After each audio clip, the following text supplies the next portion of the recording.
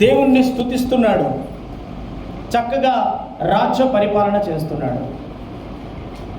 ఇలాగ రాజ్య పరిపాలన జరుగుతుంది, చాలా సంతోషంగా ఉంది. అదైన కొన్ని రోజుల తర్వాత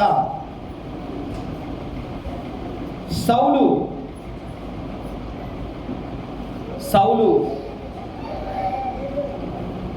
దావీదు ఒక గొల్యాతు అనే ఒక వ్యక్తి వచ్చినప్పుడు దావీదు అనే ఒక చిన్నవాడు లేచి ఆ గొల్యాతును చంపడం జరిగింది. ఒక చిన్న ఒడిసెల రాయితో ఆ గొల్యాతును జయించాడు. జయించిన తర్వాత అలాగా దావీదు రాజు మెప్పితం పొంది దావీదు సైన్యంలో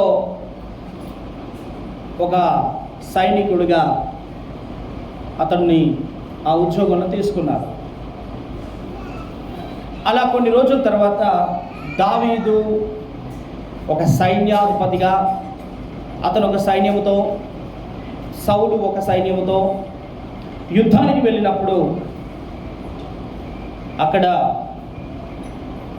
వెళ్ళినప్పుడు ఏం జరిగిందంటే దావీదు చాలా మంచిగా యుద్ధం చేసి జయాన్ని పొంది వచ్చిన తర్వాత అప్పుడు రాజకోటలోకి వచ్చినప్పుడు స్త్రీలు ఒక పాటను పాడారంట. దావీదుకు 10,000 కొలదియు, సౌలుకు 1,000 కొలదియు అంటూ ఒక స్తోత్రాలు చెప్తూ, వందనాలు చెప్తూ ఒక పాట పాడారంట. ఈ పాట ఎప్పుడైతే పాడారో, ఎప్పుడైతే దావీదు సౌలు కంటే దావీదును హెచ్చించారో, పొగిడారో, అప్పుడు సౌలుకు దావీదు మీద ఈర్ష్య వచ్చిందంట. చెప్పండి, ఏమొచ్చిందండి? ఈర్ష్య, కోపం వచ్చిందంట. జాగ్రత్తగా వినండి. బైబిల్ ఏమని చెప్తుందంటే, కోపపడుడి కానీ పాపము చేయకుడి. కోపం వస్తుంది కొన్నిసార్లు కోపం వస్తుంది, ఎదుటి వాళ్ళ మీద కోపం వస్తుంది. వారు చేసిన పనులను బట్టి, వారు చేస్తున్న ద్రోహాన్ని బట్టి, వారు చేస్తున్న పనులను బట్టి కోపం వస్తుంది. అయితే ఆ కోపము అలాగే పెట్టుకుంటే జరిగే నష్టం ఏంటిదంటే, దేవుని ఆత్మ అతన్ని విడిచిపెట్టి వెళ్ళిపోతుంది. హల్లెలూయా. దేవుని ఆత్మ అతన్ని విడిచిపెట్టి వెళ్ళిపోతుంది. ఎవరైతే కోపం పెట్టుకుంటారో దేవుని ఆత్మ వారిలో నుంచి వెళ్ళిపోతుంది. మీరు చెప్పాలి, మనము ఇంక ఎవరి మీద కోపము పెట్టుకోకూడదు. చెప్తారా మీరు, ఇక్కడ నుంచి నేను ఎవరి మీద కోపం పెట్టుకోనని? చూడండి, ఒక్కరు సపోర్ట్ చేస్తలేరు.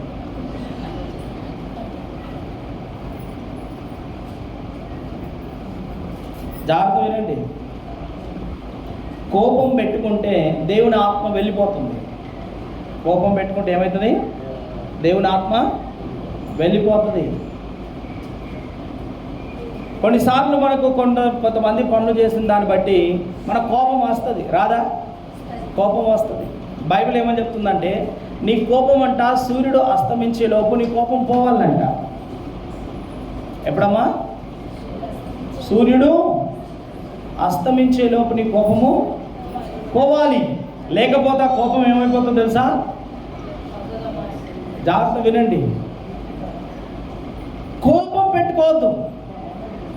సరే, కొంతమంది మనకు ద్రోహం చేస్తారు, కొంతమంది మనము నచ్చని పనులు చేస్తారు.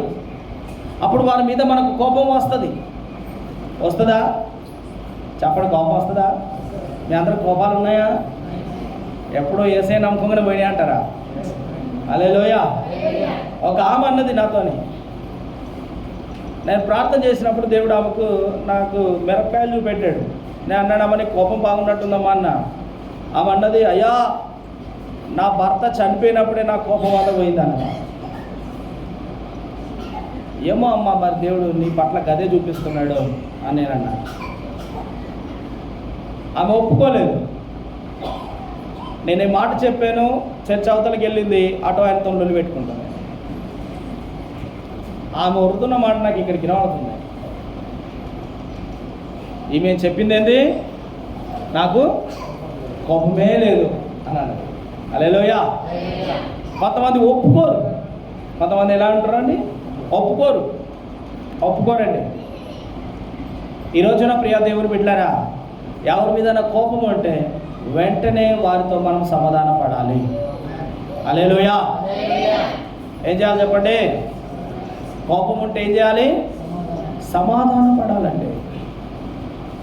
కోపం ఉంటే సమాధాన పడాలి. కోపం ఉంటే సమాధాన పడాలి. ఒకవేళ కోపము అలాగనే ఉండదనుకోండి, దేవుని ఆత్మ నిన్ను విడిచిపెట్టి వెళ్ళిపోద్ది. దేవుని ఆత్మ నిన్ను విడిచిపెట్టి వెళ్ళిపోతుంది. కోపము దేవుని ఆత్మను దూరం చేస్తుంది. ఎందుకు అనంటే, కోపము అనేది నీలో ఎక్కువ కాలం ఉండకూడదు. కోపం అనేది నీలో ఎక్కువ రోజులు ఉండకూడదు. కోపం అనేది నీలో రోజు తగ్గిపోవాలి. ఎవరి మీద కోపం ఉంటే మీరు ఇంటికి పోగానే మొట్టమొదటి ఏం చేయాలి తెలుసా? చెప్పండి, ఏం చేయాలి? మీరు ఇంటికి పోయిన వెంటనే ఇంత తిని, ఎన్ని గ్లాసుల నీళ్లు తాగి, వెంటనే ఫోన్ పట్టుకొని ఫోన్ చేయండి. హల్లెలూయా. ఒకవేళ మీ ఇంటి పక్కోళ్ళే అనుకుందాం, అయితే మీరు ఏం చేయాలి? వెంటనే వెళ్ళి వారితో మీరు సమాధాన పడాలి. ఆమేన్. హల్లెలూయా.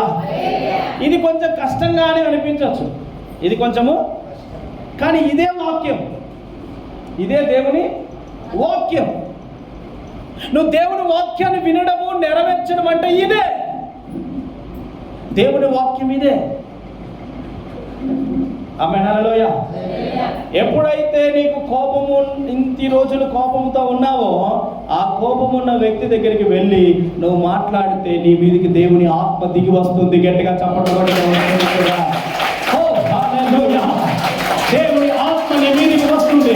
అప్పుడు నీకు సమాధానం, నీ హృదయం ఏడుతాడు, నీ ఇంటి వారికి సమాధానం, నీ నెత్తి వారికి సమాధానం, నీ పిల్లలకి సమాధానం, ప్రభువు దిగి వస్తాడు. హల్లెలూయా. గట్టిగా రెండు చేతులు పైకెత్తి చెప్తాం, హల్లెలూయా. అప్పుడు దేవుని ఆత్మ నీ మీదకి వస్తుంది. ఆమేన్. ఏమొస్తుందమ్మా? దేవుని ఆత్మ. నీకు దేవుని ఆత్మ నీ మీదికి రావాలంటే నువ్వు కోపము నీలో ఉంచకూడదు. కోపము నీలో నుంచి వెళ్ళిపోవాలి. అయితే నువ్వు చేయగలిగితే ఇది కొంచెం కష్టంగానే ఉంటుంది, ఇది కొంచెం బాధగానే, ఇది కొంచెం బాధే, ఇది కొంచెం కష్టమే. కానీ దేవుని వాక్యం నిన్ను సరిచేస్తుంది. దేవుని వాక్యం నిన్ను నడిపిస్తుంది. ఆమేన్. కసాయిని హృదయాన్ని ప్రభు ఎలా మారుస్తాడు తెలుసు? అది అంటాడు, క్రీస్తునకు కలిగిన మనసును మీరును కలిగి ఉండండి. ఏంది యేసయ్య మనసు ఎలాంటిదో తెలుసా? ఆయనను కొడతా ఉంటే, మేకులతో కొడతా ఉంటే, తలలో ముళ్ళ కింద పెట్టి కొడతా ఉంటే, సిలువలో పలికిన మొదటి మాట ఏందో తెలుసా? అయ్యా మీరేమి చేస్తున్నారో వేరెరగరు కనుక వీరిని క్షమించండి. యేసయ్య క్షమించాడు. మరి నువ్వేం చేయాలి? అమ్మ చెప్పండి, నువ్వేం చేయాలి? అయ్యా ఎవరితోనైనా మాట్లాడతాను కానీ వాళ్ళతో మాత్రం, ఎవరింటికన్నా పోతాను కానీ వాళ్ళ ఇంటికి మాత్రం పోనా. మీ పక్క వాళ్ళని చెప్పండి, కోపమును విడిచిపెడతానని.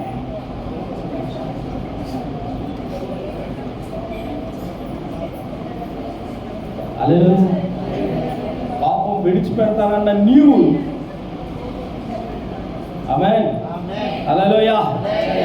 ఏం విడిచిపెడతామంటే, కోపమంతా విడచి నిన్ను ఆరాధింతును, కృపామయుడా నిన్నే ఆరాధింతును. కోపమంతా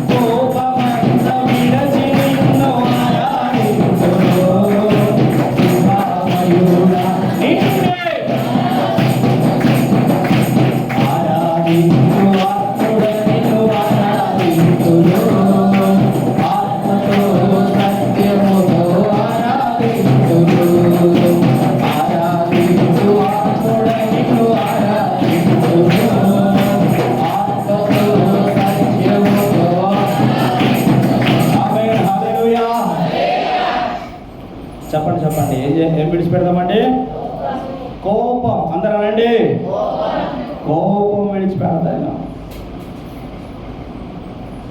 కోపాన్ని విడిచిపెడదా. కోపము నీలో ఉంటే దేవుని ఆత్మ వెళ్ళిపోతుంది. అయితే కోపం ఉంటే దేవుని ఆత్మ వెళ్ళిపోతుంది. కానీ ఇంకా డేంజర్ ఏంటో తెలుసా? ఈర్ష్య. చెప్పండి, ఏంటిదంటే? ఈర్ష్య. ఈర్ష్య. ఈ ఈర్ష్య ఎవరిలో అయితే ఉంటుందో దేవుని ఆత్మ వెళ్ళిపోవడమే కాదు, దురాత్మ ఒకటి వచ్చి లోపల చూస్తుంది. ఆమేన్. ఏం చెప్పండి? కోపం ఉన్నదనుకోండి, దేవుని ఆత్మ మాత్రం వెళ్ళిపోతుంది. కానీ ఈర్ష్య ఉందనుకోండి, దేవుని ఆత్మ వెళ్ళిపోవడమే కాదు, దురాత్మ కూడా ఒకటి వచ్చి పట్టుకుంటుంది.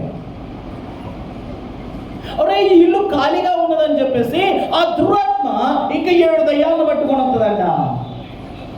ఆమేన్. హల్లెలూయా, హల్లెలూయా. ఈర్ష్య. చెప్పండమ్మా, అందరూ అనండి, ఏంటిది అది? ఈర్ష్య. ఈర్ష్య అంటే ఏంటిది? ఓర్వనితనం. ఈర్ష్య. ఈ ఈర్ష్య ఉన్న వాళ్ళు 3 పనులు చేస్తారు. ఈ ఈర్ష్య ఉన్న వాళ్ళు 3 పనులు చేస్తారు. ఏంటో తెలుసా? నెంబర్ 1, మూతి ముడుచుకుంటారు. చెప్పండి, ఏం ముడుచుకుంటారు? మూతి ముడుచుకుంటారు. అమ్మా, ఏం చేస్తారు? మొట్టమొదటి ఈర్ష్య ఉన్న వాళ్ళు మూతి ముడుచుకుంటారండి.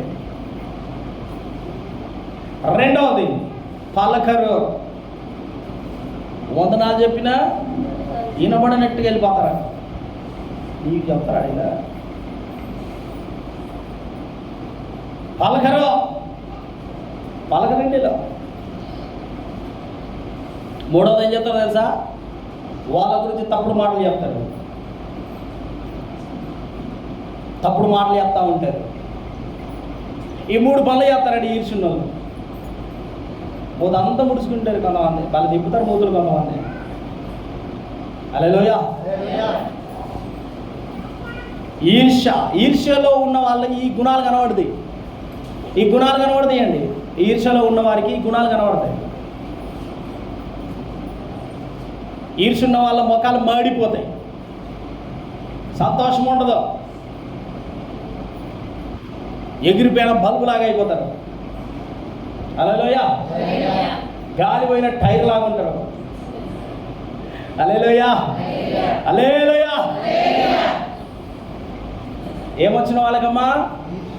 ఈర్ష్య. చెప్పండి, ఏంటిది అది? ఈర్ష్య. ఈ ఈర్ష్య ఉన్న వాళ్ళు ఈర్ష్య అంటే ఏంటో తెలుసా మీకు? కుళ్ళు. ఏంటిదంటే? కుళ్ళు. ఎందుకని కుళ్ళు?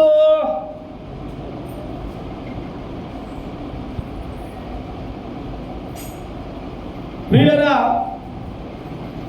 ఒక వ్యక్తిని నేను ప్రార్థన తీసుకొని వెళ్ళాను.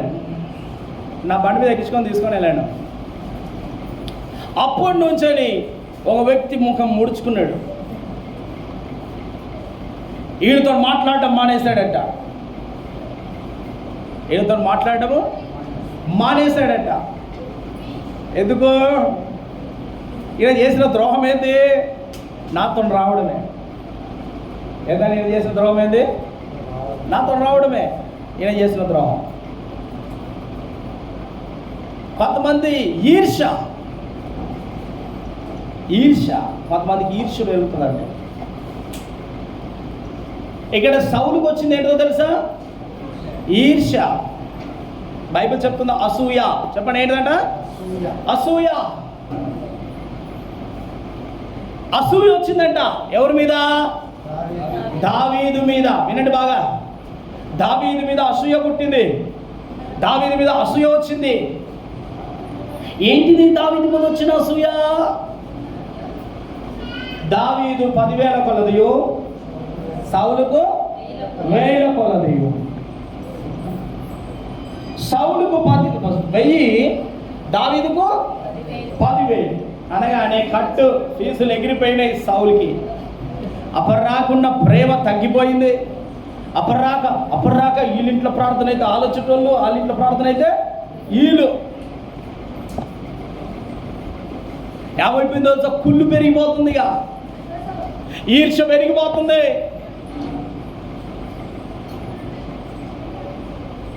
చాలా చక్కగా బాధలు అవన్నీ చక్కగా పంచుకునే వాళ్ళు.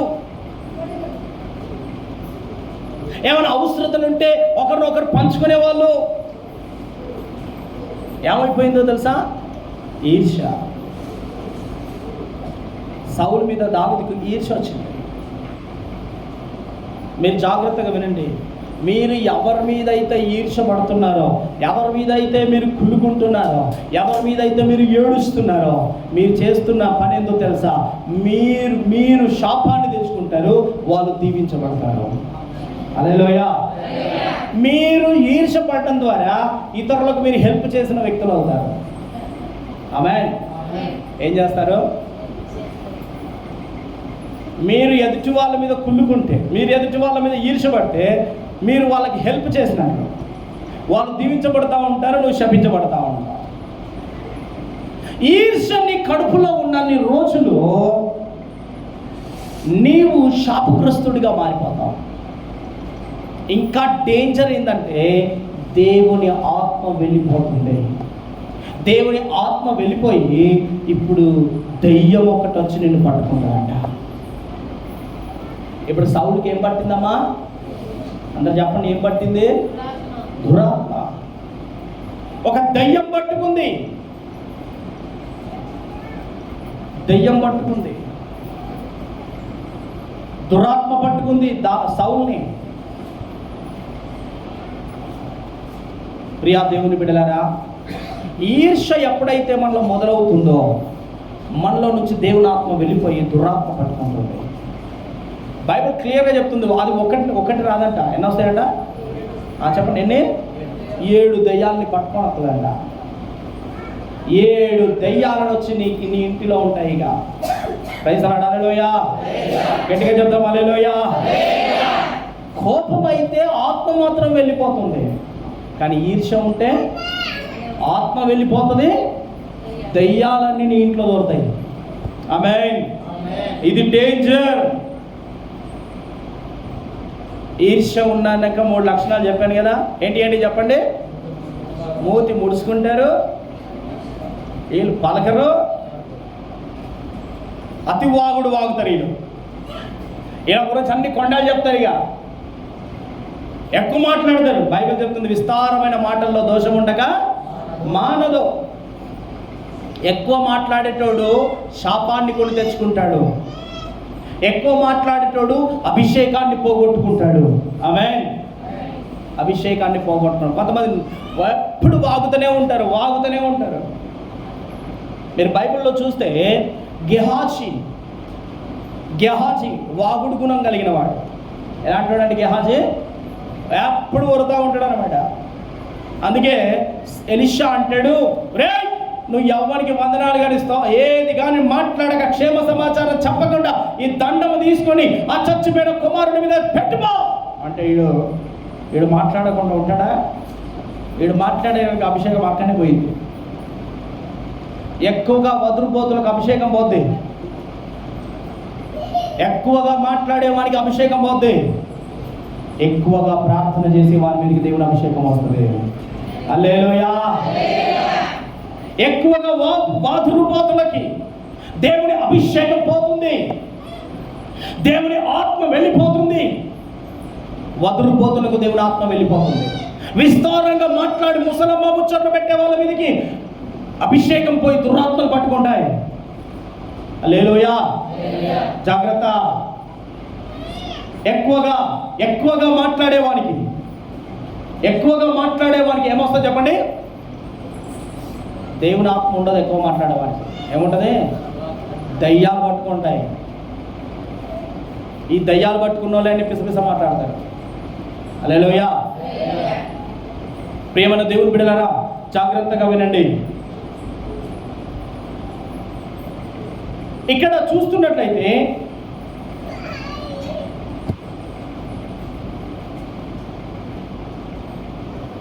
సౌలు దావీదు మీద విషపు చూపు చూపెను. సౌలు దావీదు మీద విషపు చూపు చూసెను. ఈర్ష్య మొదలైంది.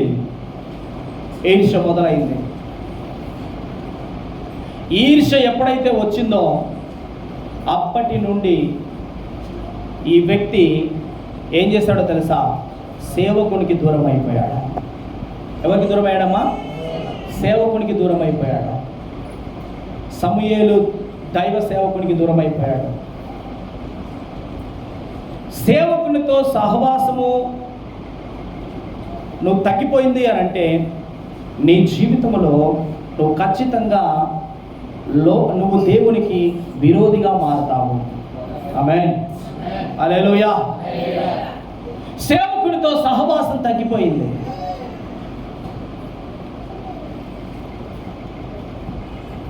గమనించండి,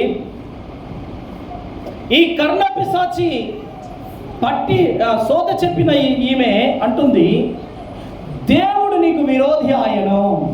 ఆమేన్. చెప్పండి, ఏమైందట? దేవుడే నీకు విరోధి అయ్యాడు. దేవుడే నీకు శత్రువు అయ్యాడు. లోకమంతా శత్రువులైనా దేవుడు నీ పక్షంగా ఉండి నీకు పోరాటం చేస్తాడు. దేవుడే నీకు శత్రువు అయితే నిన్ను ఎవ్వడు కాపాడడు. లోకమంతా శత్రువులైనా, నీ బంధువులంతా శత్రువులైనా, నీ అన్నదమ్ములంతా శత్రువులైనా, నీ అక్కచెల్లెలంతా శత్రువులైనా, దేవుడు నీ పక్షంగా ఉంటే జయము నీదే. హల్లెలూయా. అయితే దేవుడే నీకు విరోధి అయితే ఈ లోకమంతా నీకు మిత్రులుగా ఉన్నా, ఈ లోకమంతా నీకు సపోర్ట్ చేసినా దేవుడే నీకు శత్రువు అయితే నిన్ను ఎవ్వడు ఆపలేడు. ఆమేన్, హల్లెలూయా. మీకు అర్థమవుతుందా? ఈ మాటలు మనసును పెట్టండి. దేవునికి విరోధిగా ఉంటున్నాము మనము. దేవునికి విరోధిగా ఉండకూడదు. ఆమేన్, హల్లెలూయా. ఎవరితోనైనా మనం విరోధం పెట్టుకోవచ్చు, కానీ దేవునితో విరోధం పెట్టుకోకూడదు. దేవునితో విరోధం ఎలా పెట్టుకుంటున్నాము అంటే మనము చేసే పనులను బట్టి మనం దేవునికి విరోధంగా ఉంటున్నాం. హల్లెలూయా, హల్లెలూయా. అవునండి. గమనించండి, సౌలు సేవకునితో సహవాసం తగ్గిపోయింది. ఒకప్పుడు సేవకునితో మాట్లాడేవాడు, సేవకుని పిలిచేవాడు, భోజనం పెట్టేవాడు, సేవకునితో అన్ని షేర్ చేసుకునేవాడు, సేవకునితో తన ఇంటికి పిలిపించుకొని ఆ చక్కటి ఆతిథ్యం ఇచ్చి అతనితో మాట్లాడేవాడు. నేను ఎలా చేయాలి, రాజరికం ఎట్లా చేయాలి, ఇదిగో ఇక్కడ యుద్ధానికి వెళ్ళాలా, ఈ శత్రువుల మీద యుద్ధానికి వెళ్ళాలా అని అడుగుతూ ఉండేవాడు సమూయేలు. ఎవరు? సౌలు సమూయేలుని అడుగుతూ ఉండేవాడు. ఎప్పుడైతే ఇతను సహవాసం తగ్గిపోయింది, చెప్పండి, ఎవరితో సహవాసం తగ్గిందండి? సేవకుడితో సహవాసం తగ్గిపోయింది. ఆమేన్, హల్లెలూయా. సేవకునితో సహవాసం తగ్గిపోయింది. సేవకునితో సహవాసం తగ్గింది. సరైన సహవాసం లేదు. చాలాసార్లు సమూయేలు హెచ్చరించాడు. సౌలు నువ్వు చేస్తుంది తప్పయ్యా, నువ్వు ఇలా ఎందుకు చేశావు, నువ్వు ఎందుకు ఇలా ఉంటున్నావు, ఇది ఎందుకు చేశావు, నేను ఎవరు చేయమన్నారు, నేను చెప్పాను కదా అని సమూయేలు చాలాసార్లు సౌలును హెచ్చరించినా సౌలులో మార్పు రాలేదు. ఆమేన్. సౌలులో మార్పు రాలేదు. హెచ్చరించినప్పుడు మాత్రమే అయ్యా బాధ్యత అనేటోడు. అయ్యా మీరే వేడుకోండి అయ్యా, మీరే ప్రార్థన చేయండి అయ్యా అనేవాడు. మళ్ళీ తర్వాత రొటీన్ జీవిత సౌలు ఇలాగా సేవకునికి దూరం అయిపోయాడు. ఇప్పుడు దావీదు మీద ఈర్ష వచ్చేసింది. ఆమేన్, హల్లెలూయా. ఎవరి మీద ఈర్ష వచ్చిందండి? దావీదు మీద ఈర్ష కలిగింది.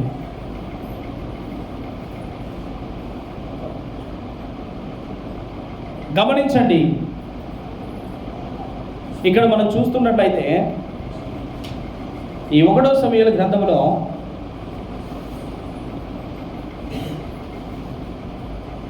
3వ వచనం 28 3వ వచనం ఒకసారి చదువుదాం.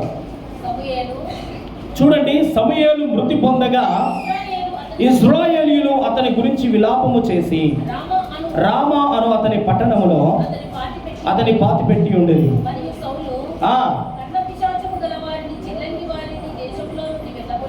చూడండి, దేశంలో నుండి వెళ్ళగొట్టి ఉండెను.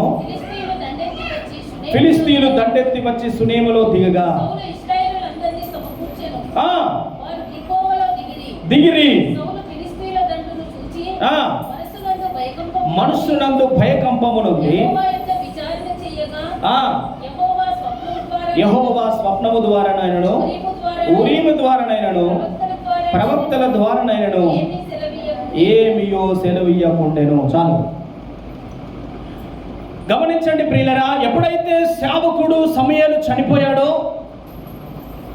సమూయేలు మృతి పొందాడో, ఆ దేశం మీదకి శత్రువులు దండెత్తారు. శత్రువులు ఆ దేశం మీదకి దండెత్తారు, యుద్ధానికి వచ్చారు శత్రువులు. అంటే సమూయేలు ఉన్నన్ని రోజులు వాళ్ళు యుద్ధానికి వచ్చారా? రాలేదు. ఎందుకో? సమూయేలు ఆ దేశం కొరకు ప్రార్థన చేసేవాడు, రాజు కోసము ప్రార్థన చేసేవాడు. ఆమేన్, హల్లెలూయా. సమూయేలు ఏం చేసేవాడమ్మా? ప్రార్థన చేసే, ప్రభువా నా దేశాన్ని కాపాడండి, అయ్యా అయ్యా ఇదిగో సౌలును కాపాడండి, అయ్యా నా ప్రజల్ని కాపాడండి అని సమూయేలు ప్రార్థన చేసేవాడు. ప్రార్థన చేసేవాడు ఎప్పుడైతే చచ్చిపోయాడో, ఇప్పుడు వెంటనే ఎవరు వచ్చేసారు? శత్రువులు వచ్చేసారు. ప్రార్థన చేసేవాడు ఎప్పుడైతే లేడో, అప్పుడు ఏమొచ్చిందయ్యా అంటే శత్రువులు యుద్ధానికి వచ్చేసారు, శత్రువులు దండెత్తారు, శత్రువులు వచ్చేసారు. ప్రియమైన దేవుని బిడ్డలారా, సేవకునితో ఎందుకు సహవాసం చేస్తామయ్యానంటే, సేవకునితో ఎందుకు సన్నిహితంగా ఉండాలి అని అంటే, సేవకుడు నీ కొరకు ప్రార్థన చేస్తాడు. నువ్వు దగ్గర లేవనుకో, నీ గురించి ప్రార్థన చేయగలడా? నువ్వు ఎంత ఎక్కువగా సేవకుడితో సహవాసం చేస్తే సేవకుడు నిన్ను గుర్తుపెట్టుకొని ప్రార్థించగలడు, సేవకుడు నీ కుటుంబం కొరకు ప్రార్థించగలడు. నువ్వు దూరమైన కొలది సేవకుడు కూడా నిన్ను గురించి ప్రార్థన తగ్గిపోతూ ఉంటుంది. ఆమేన్, హల్లెలూయా. నువ్వేదో అమావాస్యకు వచ్చి నా కొరకు ప్రార్థన చేయ్యా అంటే, నువ్వు ప్రార్థన చేసే టైం నాకు గుర్తుకు రావు. ఎందుకు తెలుసా? నువ్వు అమావాస్యకు వస్తే మళ్ళీ అమావాస్యకే కనబడతావు. కాబట్టి నాకు ప్రార్థనను నిన్ను ప్రభు గుర్తు చేయడు. ఎవరైతే దగ్గరగా ఉంటారో, ఎవరైతే వారం ప్రభుత్వం మీదకి వస్తారో, ఎవరైతే సేవకుడితో మాట్లాడుతూ ఉంటారో, ఎవరైతే సేవకుడితో ఫోన్ చేసి మాట్లాడుతూ ఉంటారో, సేవకుడితో మాట్లాడుతూ ఉంటారో, వారు ఎక్కువగా మాకు గుర్తుంటారు. అవునంటారా కాదంటారా? అవునంటారా కాదంటారా? అయినా మేము అందరము కొన్నిసార్లు పేర్లు, అందుకే నేను చెప్పాను అందరు మీ పేర్లు రాయండి అని చెప్పి. ఎందుకు? మీరు గుర్తు రాకపోవడం. కొంతమంది గుర్తుకొత్తలేరు, కొంతమంది గుర్తుకు రావడం లేదు. ఎందుకని మీ కుటుంబాల పేరు రాయమని చెప్పాను? అది చదవండి, మీకు ఒక ప్రార్థన చేయాలని. హల్లెలూయా, హల్లెలూయా. సేవకుడు నీ కొరకు ప్రార్థన చేస్తాడు, నీ కుటుంబం కొరకు ప్రార్థన చేస్తాడు, నీ ఆరోగ్యం కొరకు ప్రార్థన చేస్తాడు, నీ జయం కొరకు ప్రార్థన చేస్తాడు. ఆమేన్. సమూయేలు ప్రార్థన చేసినన్ని బ్రతికినన్ని రోజులు ఇజ్రాయెల్ దేశం మీదకి శత్రువు ఒక్కడు రాలేడు. ఆమేన్ చెప్పండి. హల్లెలూయా. ఎవరు రాలేడండి? శత్రువు భయపడ్డాడు. ఒక కండం తిరిగిన ఒక బాడీ ఫిల్టర్ని ఇంట్లో కాపలా ఉన్నాడు అనుకుని ఎవడన్నా అతడా? ఇక మీకు బాగా అర్థంగా చెప్తున్నా, ఒక మంచి పెద్ద కుక్క మీ ఇంటి కూడా కట్టేసినాక ఎవడన్నా అతడా? అలా కుక్క కట్టితేనే ఉన్నాడు అదా. హల్లెలూయా, హల్లెలూయా. ఒక కుక్క ఉంటేనే ఎవడు అమ్మ వస్తాడమ్మా? ఒక కుక్క ఉంటే వస్తాడా ఎవడన్నా? నేను అంటాను, జాగ్రత్తగా వినండి. శత్రువు మీ ఇంటికి రాకుండా ఉండాలంటే మీ కొరకు ప్రార్థన చేసేవాడు ఉండాలి. ఆమేన్. గట్టిగా రెండు చేతులు పైకి చెప్తాం. హల్లెలూయా, హల్లెలూయా. సేవకుడు చనిపోయిన వెంటనే ఎవరు వచ్చారంట? శత్రువు వచ్చేసాడు, దండెత్తాడు. ఇప్పుడు రాక సేవకుడితో సంబంధం లేదు, సేవకుడితో సరిగ్గా మాట్లాడేది లేదు. సేవకుడు అంటే ఏమదే ఏదో అవసరం ఉన్నప్పుడు అనుకునేవాడు. ఇప్పుడు సేవకుడు లేడు. ఇప్పుడు సమయాలు చనిపోయాడు.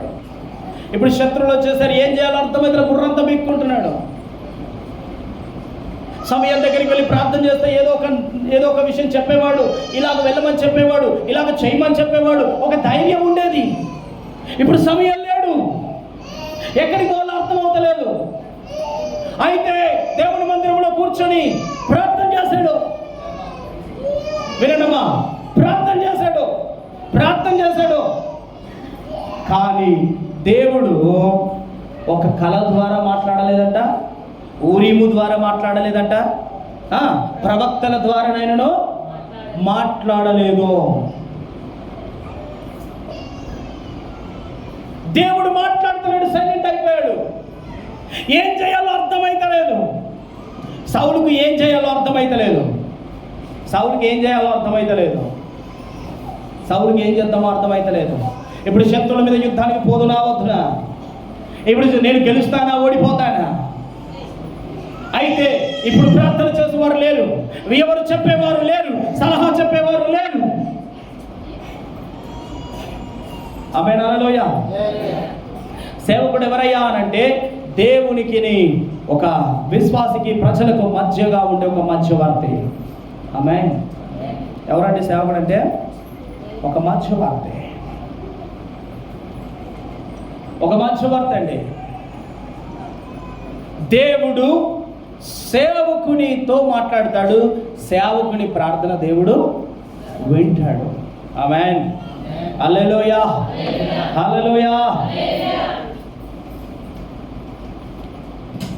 ఇన్ని రోజులు దేశం కొరకు ప్రార్థన చేసిన సేవకుడు చనిపోగానే శత్రువులు వచ్చేసారండి, రానే వచ్చేసారు శత్రువులు.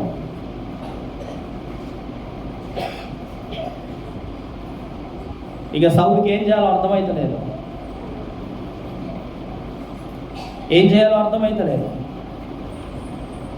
అయితే ఏం చేస్తాడో తెలుసా? ఒక ఘోరమైన పని చేశాడు. ఏంటిదో తెలుసా?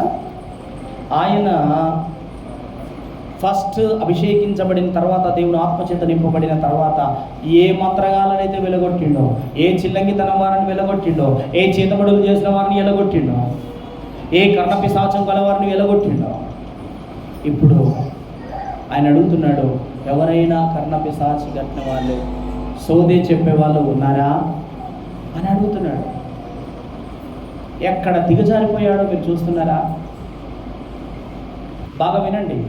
సమూయేలు సేవకునికి దూరం అయ్యాడు ఫస్ట్. రెండవది మందిరానికి దూరం అయ్యాడు. చెప్పండి, దేనికి దూరం అయ్యాడమ్మా? మందిరానికి. గుర్తుంచుకోండి, సేవకునికి దూరమైన వాడు, మందిరానికి దూరమైన వాడు, సహవాసానికి దూరమైన వాడు దేవునికి విరోధి.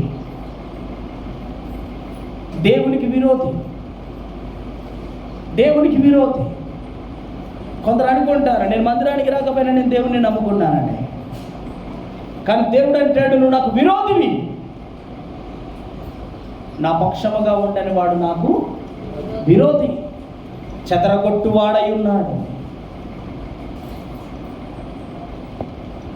సౌలుని ఎన్నోసార్లు సమూయేలు హెచ్చరించిన మారలా.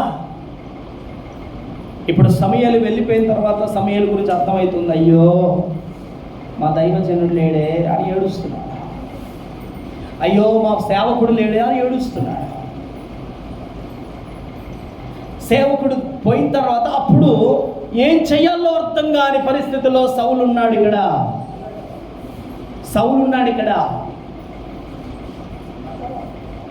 ఏం చేద్దామో అర్థమవుతలేదు. ఆఖరికి ఆయన ఏం చేస్తాడో తెలుసా? ఎక్కడికి వెళ్ళాడో తెలుసా? ఒక సోదే చెప్పేది ఎక్కడైనా ఉన్నదా అంటే, ఇదిగో వాళ్ళు చెప్తున్నారు, ఎన్గేర్లో ఒక స్త్రీ ఉన్నది.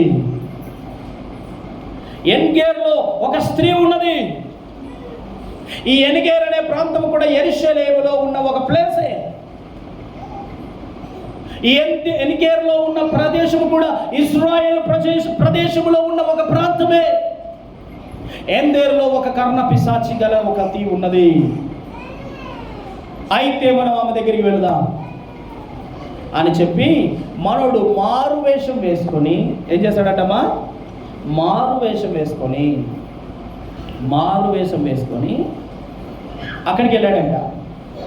మారు వేషం వేసుకొని ఇద్దరు పనులను తీసుకొని చాలా సీక్రెట్గా, చెప్పండి ఏంటిదంట?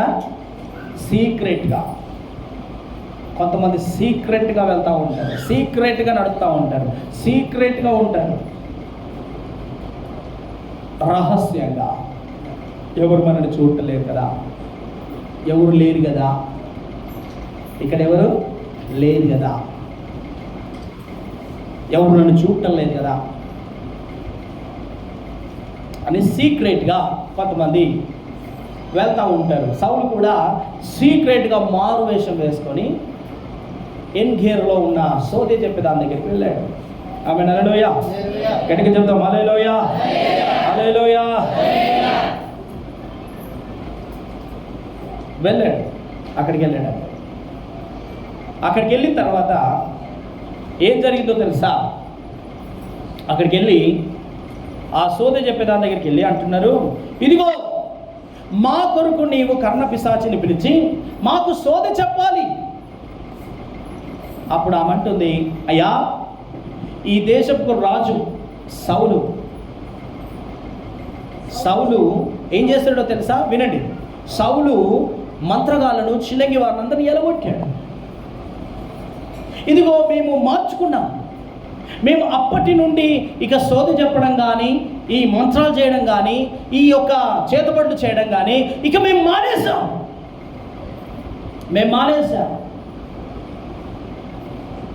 ఈమె చెప్తుంది, సౌలు ఎప్పుడైతే హెచ్చరించాడో అప్పటి నుంచి మేము మానేసామయ్యా, మేము మానేసాం. లేవియాకాండం 9వ అధ్యాయము 31వ వచనం చదవండి. లేవియాకాండం 9వ అధ్యాయము 31వ వచనం. లేవియాకాండము 9:31.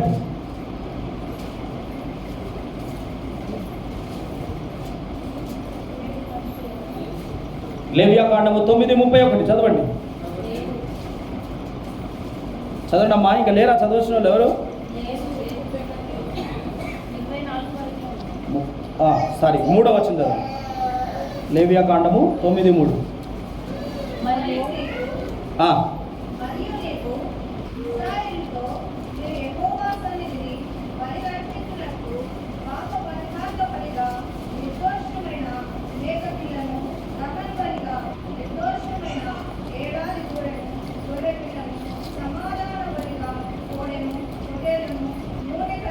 కొంచెం నేను చూస్తాను.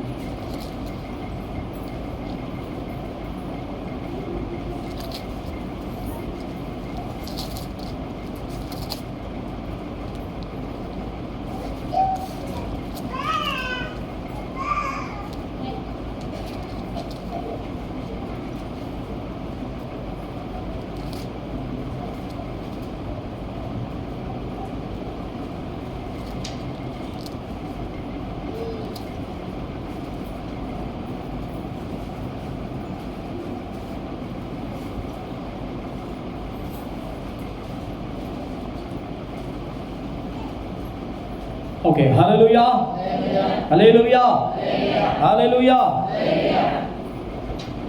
20వ అధ్యాయము 6వ వచనం.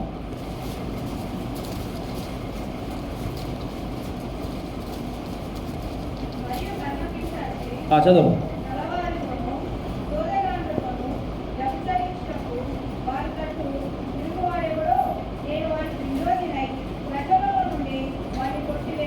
ఆమేన్, హల్లెలూయా.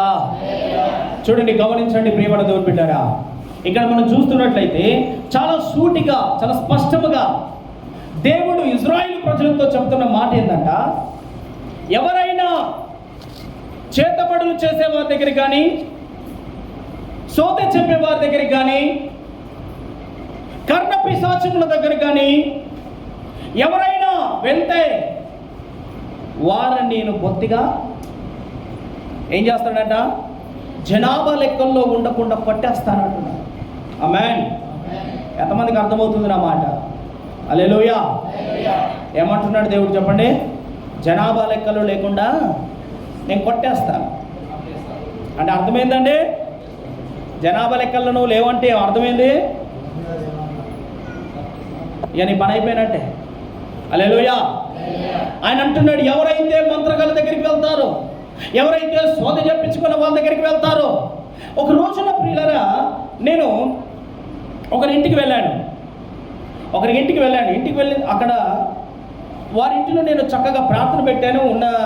ఇదివరకు ఉన్న ప్రతిమలు, ఇదివరకు ఉన్న తాయితులు, ఇదివరకు ఉన్న అన్నీ కూడా తీసేసి బయటపడేశాను. అలా కొన్ని రోజులు వారు స్వస్థతలు పొందుకున్న తర్వాత కొన్ని రోజులైనాక ఆ వ్యక్తి ఒక సోదె చెప్పు దగ్గరికి వెళ్ళాడు. వెళ్ళి చెప్పించుకున్నాడట. ఆ సోదె చెప్పింది, ఇదిగో నీవు ఊదు పెట్టుకోవాలి, బాగా నీ ఇంట్లో బాగా దురాత్మ శక్తులు ఉన్నాయి, నువ్వు బాగా ఊదు పెట్టుకోవాలి, అప్పుడు అవి పోతాయి అని చెప్తే ఆ సోదె చెప్పిన దాని మాట విని మంచిగా ఆ బాగా ఊదు పెడుతున్నాడు.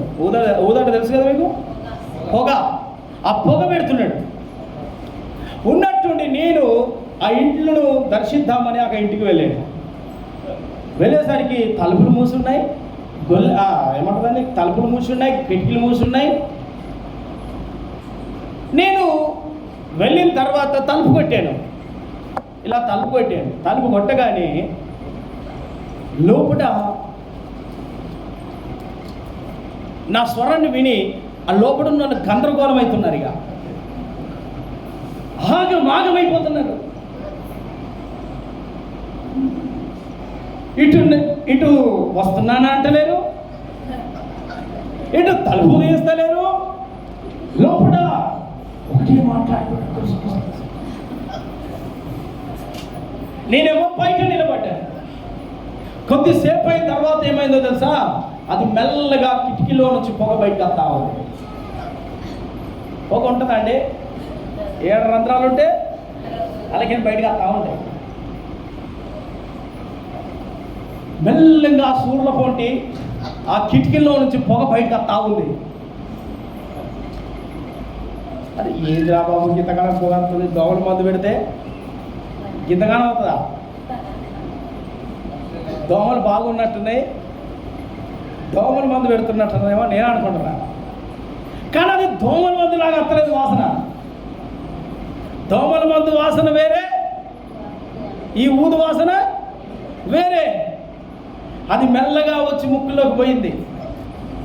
ఓకే, ఇదేదో జరుగుతుందా సంబంధాన్ని. ఆ తర్వాత అటుదల్లాడి ఇటుదల్లాడి ఆడిపోతే పొగ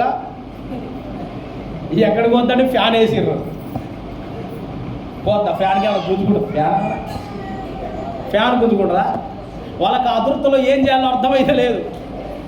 ఫ్యాన్ వేసారు, ఫ్యాన్ తిరుగుతుంది, కానీ పొగ పోతలేదు. ఆఖరికి మొత్తానికైతే కళ్ళు మొత్తం ఎర్రగా అయిపోయాలి. మెల్లగా ఆఖరికి ఏం చేయాలో అర్థం కాక ఈ ఆఖరికి పోతాం అనుకున్న టైంలో అది మెల్లగా తల తెరిచి అప్పుడు చూసిన, ఏందయ్యా ఇదంతా అంటే ఏం చెప్తలేరు, చెమటలు గారిపోతున్నాయి, కళ్ళు ఎర్రగైపోయినాయి. ఎవరు చెప్పారంట? ఒక సోదరి చెప్పిందంట. ఆడికి వెళ్ళిన తర్వాత నేను చెప్పాను, ఇది సరైన విధానము కాదు. ఇలాంటి పిచ్చి పిచ్చి పనులు చేస్తే దేవుడికి కోపం వస్తుంది, దేవుడికి ఉగ్రత వస్తుంది, దేవునికి విరోధి అవుతావు, ఇలాంటి పనులు చేయొద్దు అని వాళ్ళని హెచ్చరించాను. ఆ తర్వాత వాళ్ళు అప్పటి మంద ఇన్నట్టు చేశారు. తర్వాత మెల్లగా దేవుడికి దూరం అయిపోయారు. దూరమైన చర్చికి మానేసిన 6 నెలలకు ఆ వ్యక్తి చనిపోయాడు. ఆమేన్, హల్లెలూయా. ఆ వ్యక్తి చనిపోయాడండి. నాకు చెప్పారు, అయ్యా ఫలానా వ్యక్తి చనిపోయాడు. ఏమైందనంటే ఆరోగ్యం బాగలేక చనిపోయాడు. ఒకప్పుడు ఆరోగ్యం బాగలేకపోతే దేవుని సన్నిధికి వచ్చి బాగుపడ్డాడు. ఇప్పుడు ఆరోగ్యం బాగలేక చచ్చిపోయాడు. ఎందుకో తెలుసా? దేవునికి విరోధమైన పని చేశాడు. సోదె చెప్పడం కానీ, మంత్రగాల దగ్గరికి వెళ్ళడం కానీ, తాయిత్తులు కట్టుకోవడం కానీ, ఈ మధ్యలో చెట్లు కట్టుకుంటున్నారు ఏందో నాకు అర్థమైంది లేదు. కొంతమంది చెట్లు కట్టుకుంటున్నారండి, ముళ్ళ చెట్లు ఏమంటారు వాటిని, కలబంద చెట్లు కట్టుకుంటున్నారు, ముళ్ళ చెట్లు కట్టుకుంటున్నారు. ఒక ఆయన అయితే ఏకంగా బూడిది గుమ్మడికాయ కట్టుకున్నాడు. హల్లెలూయా. ఈ మధ్యలో ఫ్యాషన్ అయిపోయింది, ఎడమ కాలుకో కుడి కాలుకో కర్రె దారం కట్టుకోవడం.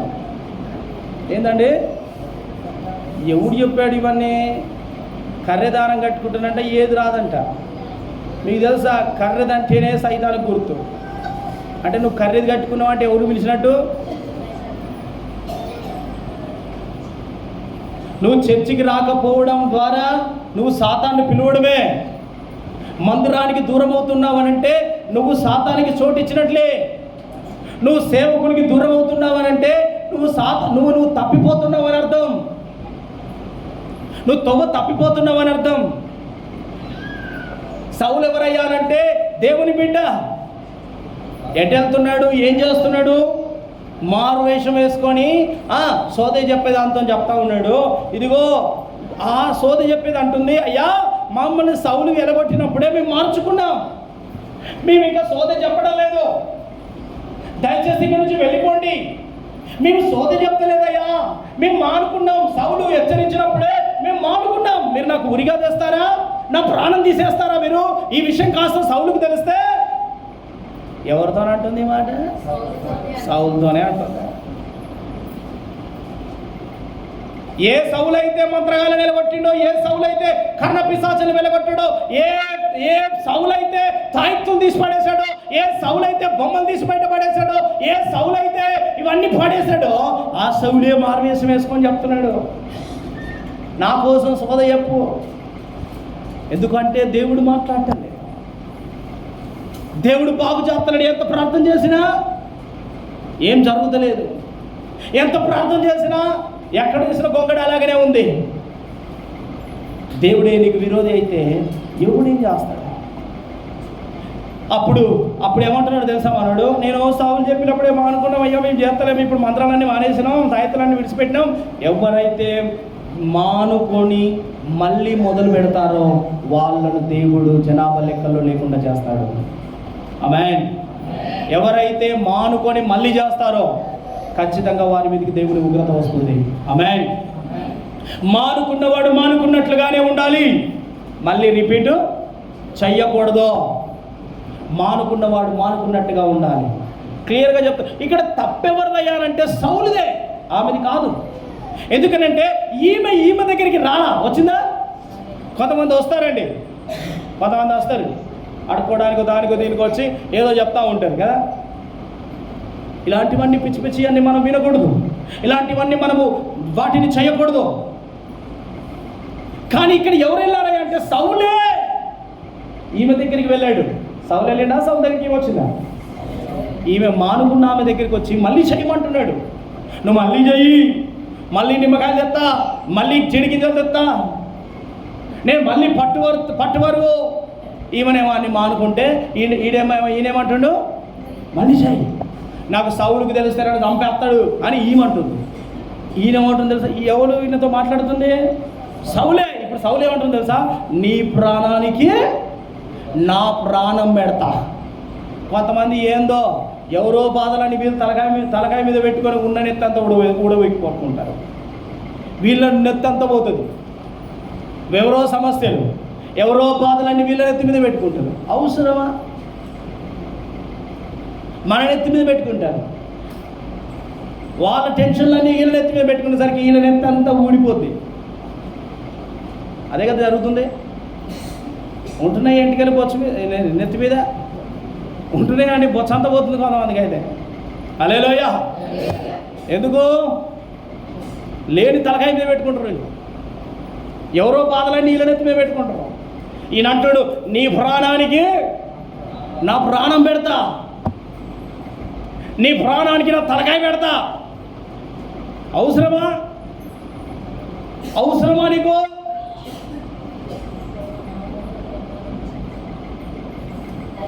చూడండి, పంచాయతీలు చెప్పడంలో బాగా చెప్తున్నా. ఈలో నెత్తం దూసిపోతుంది. హల్లెలూయా. అవసరమా అండి? ఈ అంటున్నాడు, నీ ప్రాణానికి నా తల పెడతా అని చెప్పాడు.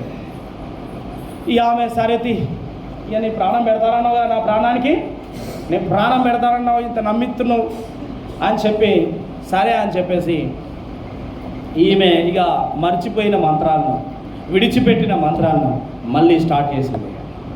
ఎప్పుడైతే స్టార్ట్ చేసిందో ఏం చేయాలి అని అంటే, సమూయేలు, చచ్చిపోయిన సమూయేలును పిలువు. ఎవరు పిలవాలంట? సమూయేలుని. కొంతమంది చచ్చిపోయిన ఆత్మలకు విజ్ఞాపన చేసే వాళ్ళు ఉంటారు. చచ్చిపోయిన వాళ్ళకు ఏంటంటే సోదే చెప్పే వాళ్ళు ఉంటారు కొంతమంది. అలాంటి దురాత్మలు ఉంటాయి. ఇక్కడ ఈ సోదే చెప్పేది అంటుంది, సమూయేలును పిలువు, ఆయన మొన్ననే చనిపోయాడు. ఈమె స్టార్ట్ చేసింది. స్టార్ట్ చేసి ఆ కర్ణపిశాచి మంత్రం చదువుతుండగానే వెంటనే ఆ కర్ణపిశాచి ఈమె మీదకి వచ్చేసింది. ఈమె మీదకి వచ్చింది. ఈమె మీదకి వచ్చి పాతాళంలోనికి వెళ్ళిన సమూయేలు బయటకు వచ్చాడంట. బయటికి రాగానే ఆ కర్ణపిశాచి అంటుంది, ఈయన ఎవరో కాదు, సౌలే. ఆమేన్. ఇప్పుడు ఈ యొక్క సోదే చెప్పేదాని మీదికి ఎవరు వచ్చారో తెలుసా? కర్ణపిశాచి వచ్చిన తర్వాత అప్పుడు చెప్తుందంట, ఏమంటుంది తెలుసా? నువ్వు సౌలువే, నన్ను మోసం ఎలా చేసిందివి? దయ్యానికి నువ్వెవరో తెలుసు.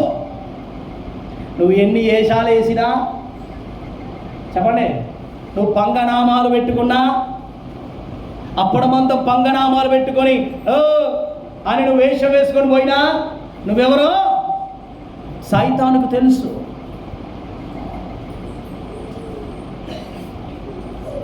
ఒక మంత్రగాడు 7 కుమారులు దయ్యమును వెళ్ళగొట్టడానికి పౌలు కాలంలో బయలుదేరారంట. ఒక దయ్యం పట్టిన వ్యక్తి వాడిని వాడు అంటాడంటే, నాకు పౌలు తెలుసు, యేసు తెలుసు, మీరెవర్రా అంటాడంట. అంటే దయ్యానికి నువ్వెవరో తెలుసు. సౌలు మారువేషం వేసుకొని వచ్చింది. ఇప్పుడు ఈ దయ్యము మీదికి వచ్చిన తర్వాత ఆమె ఏమని చెప్తుంది తెలుసా? నువ్వు సౌలువే. ఎవరంట? నువ్వు సౌలువే, నన్ను ఎలా మోసపుచ్చిందివే, నువ్వు సౌలువే అని చెప్తుంది. అప్పుడు ఆయన అంటాడు, మనోడు అంటాడు, నేనే కదా సౌలుని, నీకు ఏమీ కాదు, నీకేం కాదు, నిన్నేం చెయ్యా, నా కోసం సమయాలు పిలిపి అని సమయాలు లేచి వచ్చాడు. అప్పుడు సమయాలు వచ్చిన తర్వాత వెంటనే గడగడగడ ఉడికిపోతుందంట.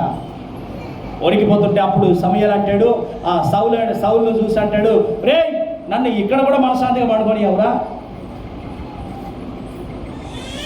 నన్ను ఎందుకు పిలిచినావు అని అంటే, అప్పుడు ఇదిగో ఫిలిస్తీన్లు దండెత్తి వచ్చారు, నేనేం చేయాలో నాకు అర్థమవుతలేదు అని అంటే, అప్పుడు ఆయన ఏమంటాడు తెలుసా? దేవుడే నిన్ను ఎడబాసాడు, నీకు నేనేం చేస్తాను? దేవుడే నీకు దూరం అయిపోయాడు.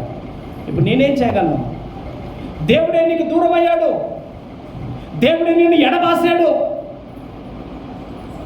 ఇంకేమంటాడంటే, రేపు నువ్వును నీ కొడుకులు నా దగ్గరికి వస్తారు అని చెప్పి వెళ్ళిపోతాడు. హల్లెలూయా, హల్లెలూయా. ప్రియమైన దేవుని బిడ్డలారా, ఇక్కడ మనం చూస్తున్నట్లయితే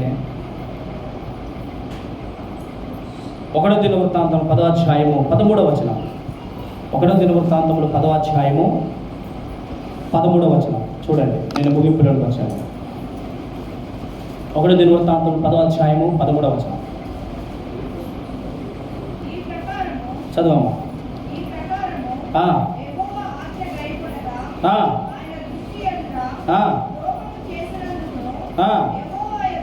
యెహోవా యొద్ద విచారణ చేయక కర్ణ పిశాచముల ఎదుట వెతికినందుకు సౌలు హతమాయను. ఆమేన్, హల్లెలూయా. సౌలు ఏమయ్యాడమ్మా?